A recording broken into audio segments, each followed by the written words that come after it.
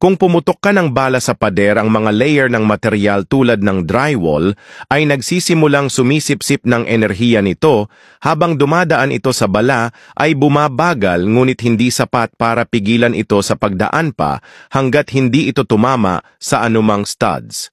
Habang naglalakbay ito sa pangalawang pader, binabawasan ng bawat layer, ang bilis ginagawa itong mas mahirap para magpatuloy kagaya ng ginagawa mo. Alam mo nang ang ayaw sa'yo, pinipilit mo pa.